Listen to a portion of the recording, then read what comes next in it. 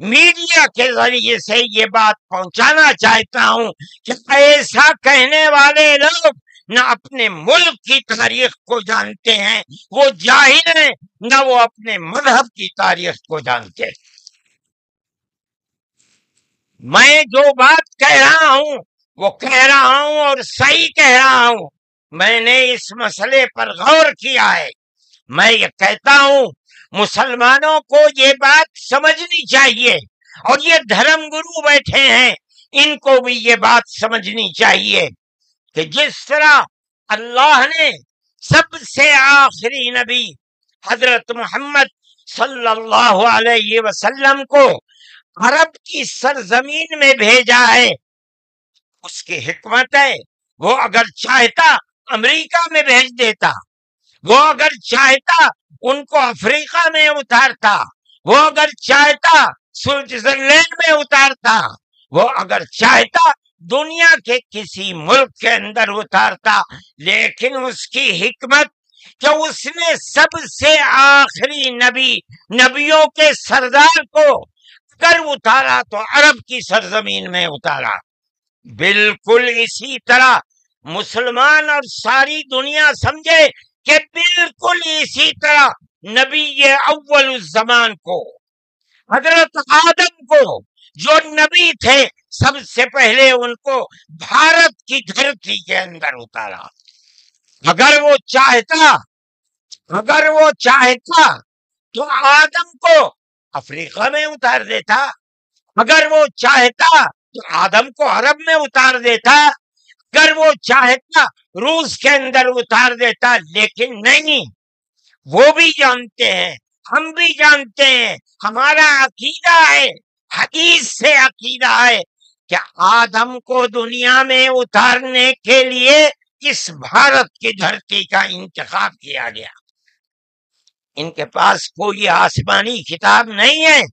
میں نے بڑے بڑے دھرم گروؤں سے پوچھا کہ آدم جو سب سے پہلا آدمی ہے آسمان سے اتارا، اللہ نے اتارا، وہ آدمی کس کی پوجا کرتا تھا؟ کوئی نہیں تھا دنیا کے اندر، یہاں ایک آدم تھا۔ اس آدم کو کہتے کیا ہو؟ لیکن چونکہ کوئی آسمانی کتاب نہیں ہے، اس لیے لوگ مختلف باتیں کہتے تھے۔ لیکن بڑے بڑے دھرم گرو یہاں تک پہنچے، انہوں نے کہا کہ ہم اس کو منو کہتے ہیں۔ صحیح بات ہے، ہم آدم کہتے ہیں، یہ منو کہتے ہیں۔ ہم آدم کی اولاد کو آدمی کہتے ہیں، انگریزی بولنے والے ایڈم کہتے ہیں، فارسی اور عربی بولنے والے آدم کہتے ہیں، اور یہ اس کو منو کہتے ہیں جو اس بھارت کی دھرتی کے اوپر اترا۔ ہم آدم کی اولاد کو آدمی کہتے ہیں اور یہ منو کی اولاد کو منش کہتے ہیں۔ سوال یہ پیدا ہوتا ہے، میں نے بڑے بڑے دھرم گروؤں سے پوچھا، جب کوئی نہیں تھا، نہ شری رام تھے، نہ برہما تھے، نہ شیو تھے، جب کوئی نہیں تھا تو سوال پیدا ہوتا ہے کہ منو پوجتے کس کو تھے؟ کوئی کہتا ہے کہ شیو کو پوجتے تھے، لیکن ان کے پاس علم نہیں ہے۔ بہت کم لوگ یہ بتاتے ہیں کہ منو کچھ نہیں تھا دنیا میں، وہ اوم کو پوجتے تھے۔ میں نے کہا اوم کون ہے؟ بہت سے لوگوں نے کہا کہ وہ ایک ہوا ہے جن کا کوئی روپ نہیں ہے، کوئی رنگ نہیں ہے، وہ دنیا میں ہر جگہ ہیں، ہوا ہر جگہ ہے، انہوں نے آسمان بنایا، انہوں نے زمین۔ میں نے کہا کہ ارے بابا، انہی کو تو ہم اللہ کہتے ہیں، انہی کو تو تم ایشور کہتے ہو، اسی کو تو ہم اللہ کہتے ہیں۔ فارسی بولنے والے خدا کہتے ہیں، انگریزی بولنے والے گاڈ کہتے ہیں۔ اس کا مطلب یہ ہے کہ منو ایک اللہ منو یعنی آدم، ایک اوم یعنی ایک اللہ کو پوجتے تھے۔ یہ ہمارے ملک کی تاریخ ہے، یہ دنیا کے دھرموں کی تاریخ ہے۔ کوئی ثابت نہیں کر سکتا کہ اوم یعنی آدم اللہ کو چھوڑ کر جس اللہ نے اپنے ہمارے عقیدے کے مطابق ان کے پتلے کو پہلے دھرتی کو پیدا کیا، دھرتی میں مٹی پیدا کی، اور جتنے رنگ اور جتنی طرح کی مٹی تھی سب مٹی میں سے تھوڑا تھوڑا لے کر اللہ نے یعنی اوم نے اپنے ہاتھ سے آدم یعنی منو کے پتلے کو بنایا۔ اسی لیے حدیث میں آتا ہے کہ جتنی طرح کی جتنے رنگ کی مٹی تھی، آدم کی اولاد، منو کی اولاد، منش کی اولاد اتنے ہی طرح اتنے ہی رنگ کی بدلی۔ کوئی مٹی سخت ہے، آدمی کے دل کے اندر سختی ہے، کوئی مٹی نرم ہے، جیسی مٹی تھی ویسا ہی اثر آدم یعنی منو کی اولاد کے اندر پایا جاتا ہے۔ یہ ہمارے اس دھرم کی خصوصیت ہے۔ اس کا مطلب ہے کہ سب سے پہلے لا الہ الا اللہ کی آواز ہندوستان کی دھرتی پر اتری ہے، یہاں سے پیدا ہوئی ہے۔ سب سے پہلے منو نے اوم کی عبادت کی ہے۔ اوم ایک ہے، اللہ ایک ہے، اس کا کوئی شریک نہیں ہے۔ پھر یہ چیز چلتی رہی۔ یہ آدم اور قوم کا یہی عقیدہ تھا، ان سے غلطی ہو گئی۔ ہمارا قرآن کہتا ہے وہ پریشان تھے کہ میں اپنے اللہ سے یعنی اوم سے، منو سے جو غلطی ہوئی ہے اپنے اوم اور اپنے اللہ سے معاف کیسے کراؤں۔ قرآن کہتا ہے اللہ نے ان کے دل کے اندر ڈالا، فَتَلَقَّى آدَمُ مِن رَبِّهِ كَلِمَاتٍ فَتَابَ عَلَيْهِ۔ وہ بات کیا تھی؟ قرآن کہتا ہے ربنا ظلمنا انفسنا وَإِن لَّمْ تَغْفِرْ لَنَا وَتَرْحَمْنَا لَنَكُونَنَّ مِنَ الْخَاسِرِينَ۔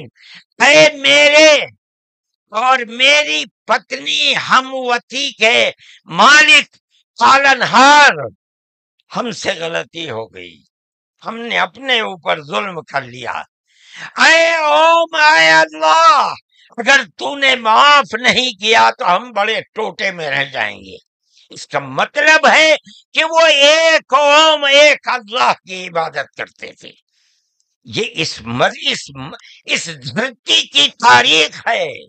نہ اس وقت شیو تھے، نہ رام تھے، نہ برہما تھے، کوئی نہیں تھا، تنہا آدم اور منو تھے۔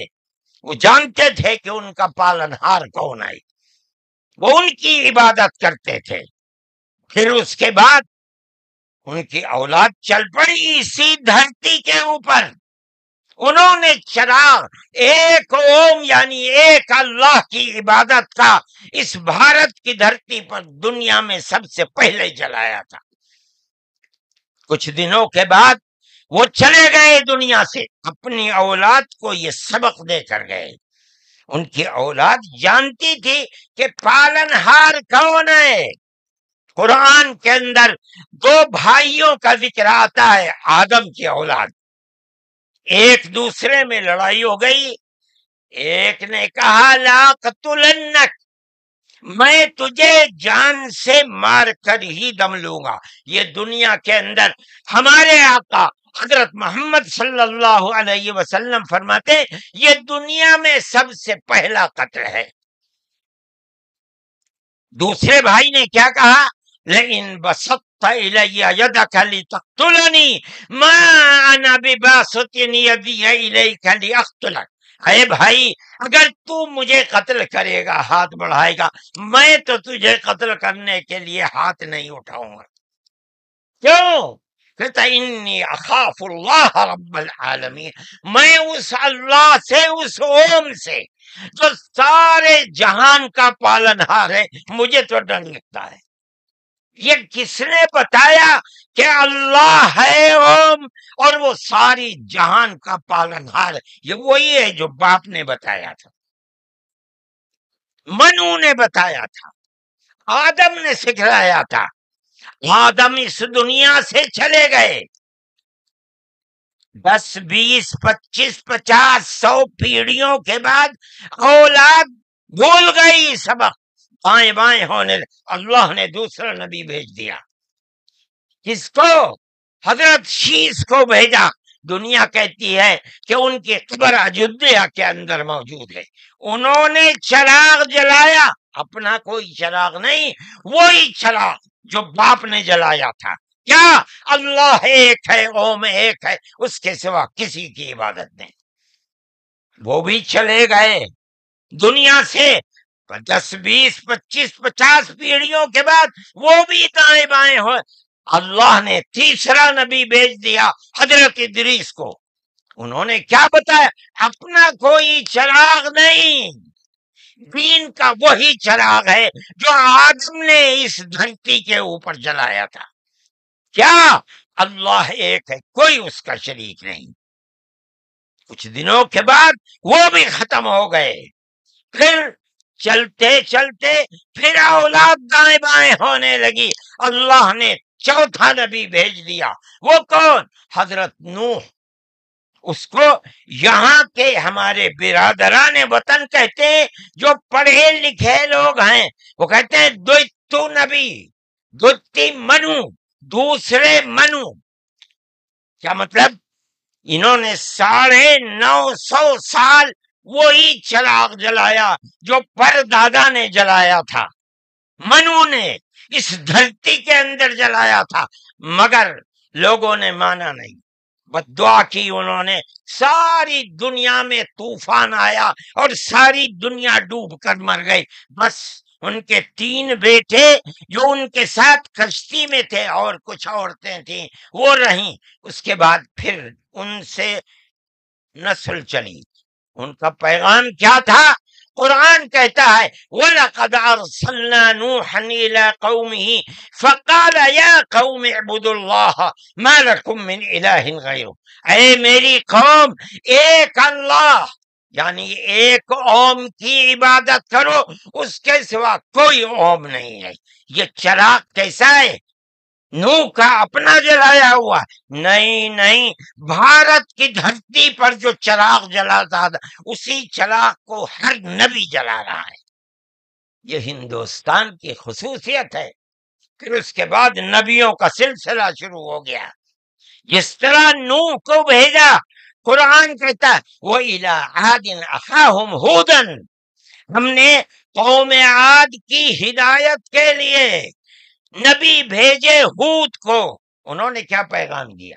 یا قوم اعبدوا اللہ ما لکم من الہ، اے میری قوم ایک اللہ کی عبادت کرو، اس کے سوا کوئی معبود نہیں ہے۔ کون اللہ؟ وہی اوم جس سب سے پہلے جس کی عبادت اس دھرتی کے اندر کی گئی۔ پھر اس کے بعد قرآن کہتا ہے وَإِلَىٰ ثَمُودَ أَخَاهُمْ صَالِحًا قال یا قوم اعبدوا اللہ ما لکم من الہ غیرہ، ایک لفظ کا بھی فرق نہیں۔ پھر قرآن کہتا وَإِلَىٰ مَدْيَنَ أَخَاهُمْ شُعَيْبًا قال یا قوم اعبدوا اللہ ما لکم، ہر ایک یہی کہ یہاں تک کہ میں تفصیل سے بچنا چاہتا ہوں، آتے آتے ہم بھی اسی طرح برباد تھے۔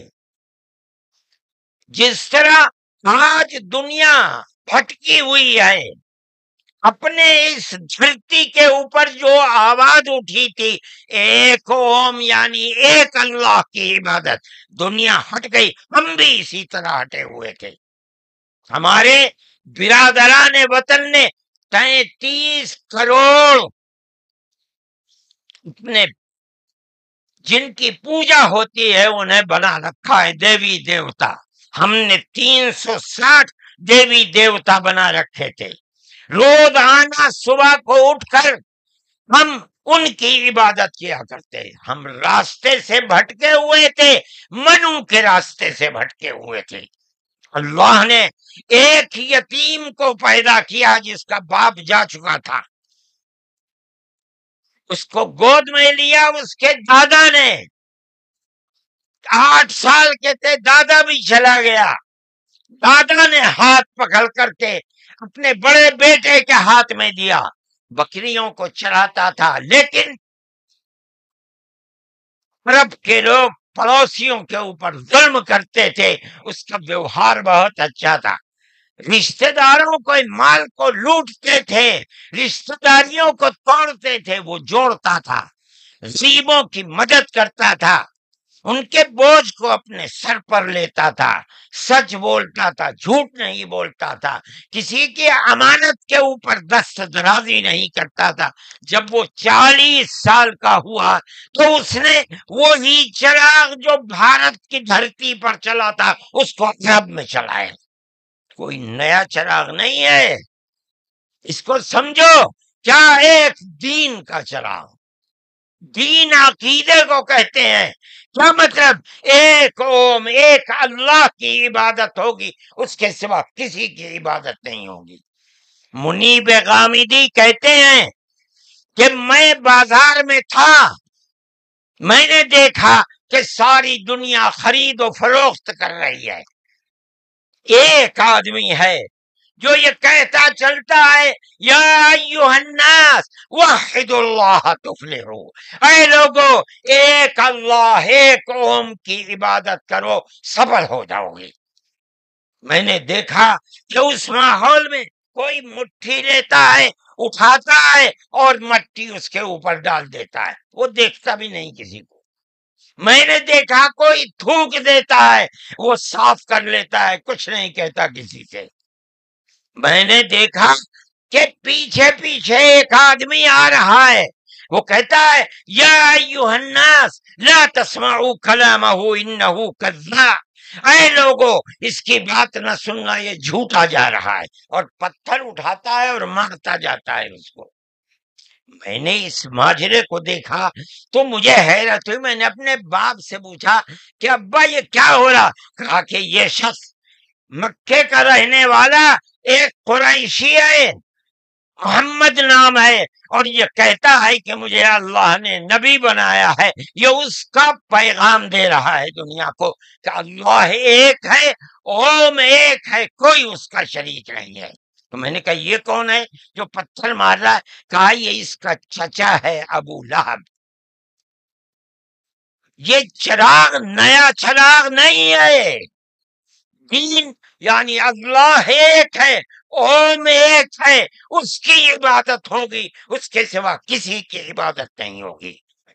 یہ ہمارا عقیدہ ہے، آدم سے لے کر حضرت محمد صلی اللہ علیہ وسلم، تین ایک ہی ہے، ایک بال برابر بھی اس کے اندر فرق نہیں ہے۔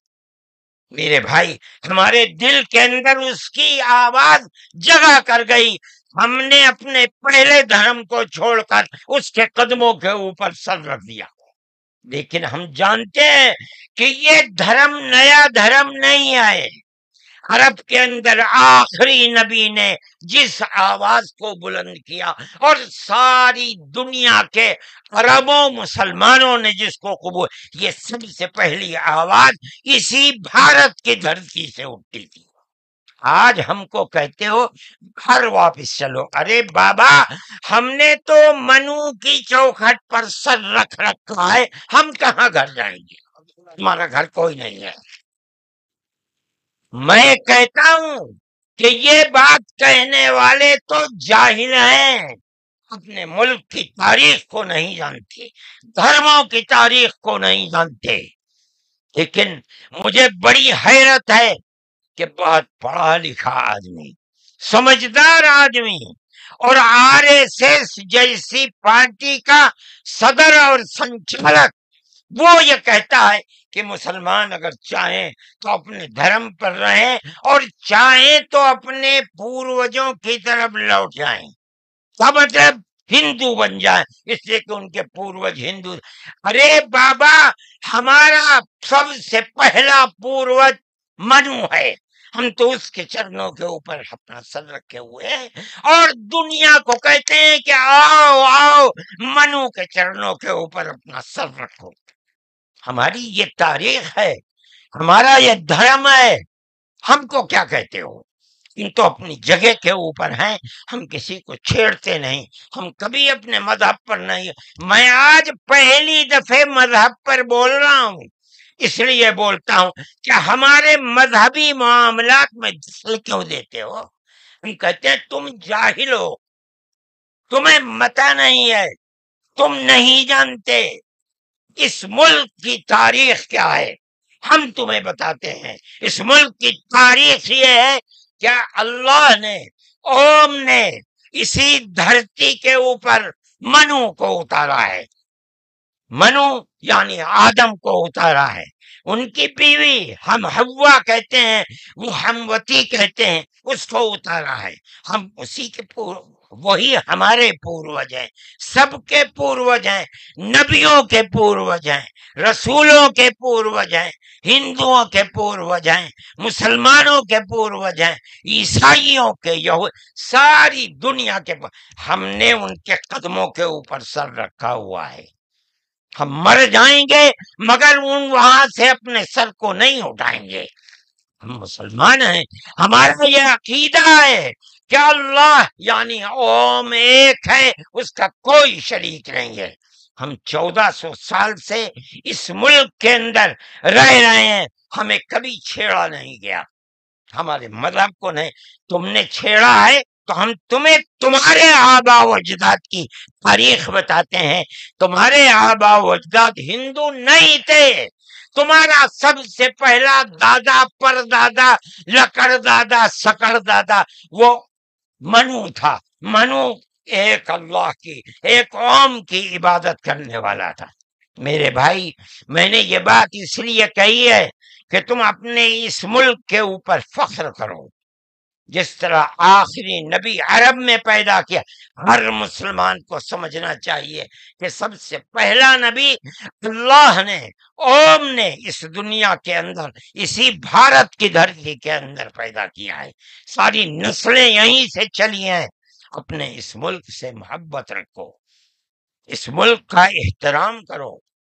شریعت الگ الگ ہے لیکن دین یعنی عقیدہ ایک ہی ہے، اور وہ عقیدہ اس دنیا کے اندر اسی بھارت کی دھرتی سے چلا ہے۔ لوگ راستے سے بھٹک گئے، وہ دوسروں کی عبادت کرنے لگے، ہم نہیں بھٹکے، بھٹک گئے تھے۔ یہ اوپر والے کا کرم ہے کہ اس نے پھر ہمیں وہیں پہنچا دیا جہاں ہمارے جد امجد منو تھے، جس کا رستہ ہمیں بتایا حضرت محمد صلی اللہ علیہ وسلم نے۔ اس لیے لا الہ الا اللہ محمد الرسول اللہ، یہی ہمارا عقیدہ ہے، ہم اس کے اوپر قائم ہیں۔ میں اپنی بات کو ختم کرتا ہوں۔ میں فرقہ پرستی کا مخالف ہوں، اور میں سمجھتا ہوں کہ اس ملک اور اس دھرتی پر رہنے والا، صحیح دماغ رکھنے والا فرقہ پرستی کا مخالف ہوگا۔ فرقہ پرستی کے ساتھ ملک میں نہ امن و امان رہ سکتا ہے، اور نہ اس ملک کے اندر چین و سکون کسی کو میسر ہو سکتا ہے۔ ہمیں اور آپ کو ایک دوسرے کا ہاتھ پکڑ کر چلنا چاہیے۔ آپ جہاں بھی ہوں، اپنے گھر میں ہیں، اپنے محلے میں ہیں تب، اپنے گاؤں میں ہیں تب، اپنے شہر میں ہیں تب، بازار میں اپنی دکان پر ہیں تب، اور اگر جنگل میں اپنے کھیت کے اوپر ہیں تو ہر جگہ آپ کو پیار و محبت کا پیغام دینا چاہیے، نظر اس کے کہ آپ کے پڑوس میں، آپ کی دکان کے پڑوس میں، آپ کے کھیت کے پڑوس میں کون ہے، اس کا مذہب کیا ہے، اس سے کوئی سروکار نہیں۔ یہ ہمارا دین ہے، ہمارے آقا حضرت محمد صلی اللہ علیہ وسلم کا بتایا ہوا طریقہ ہے۔ کسی انسان کے ساتھ ظلم و زیادتی کرنا، پیار و محبت کے بجائے دشمنی کرنا، اس کا مطلب ہے کہ وہ رسول اللہ کی زندگی اور ان کی تعلیمات سے ناواقف ہے۔ میں مولانا محمود صاحب کا اور آپ سب حضرات کا شکر گزار ہوں۔ موجودہ ملک کی صورتحال جس کا میں نے ذکر کیا، یہ تکلیف دہ صورتحال ہے۔ حکومتوں کا فرض ہے کہ وہ اس جنجال اور اس دلدل سے ملک کو نکالیں، اور اگر خدا نہ خواستہ ان کا ذہن تبدیل نہیں ہوا اور وہ اپنے اقتدار کی بنیاد پر آپس میں نفرت کے بیج کو مٹا نہیں سکے تو اس ملک کے مستقبل کی خیر نہیں ہے۔ میں ہی نہیں کہہ رہا ہوں، مجھ سے پہلے جو دھرم گرو کہہ چکے وہ بھی یہی کہہ کر کے اٹھے ہیں۔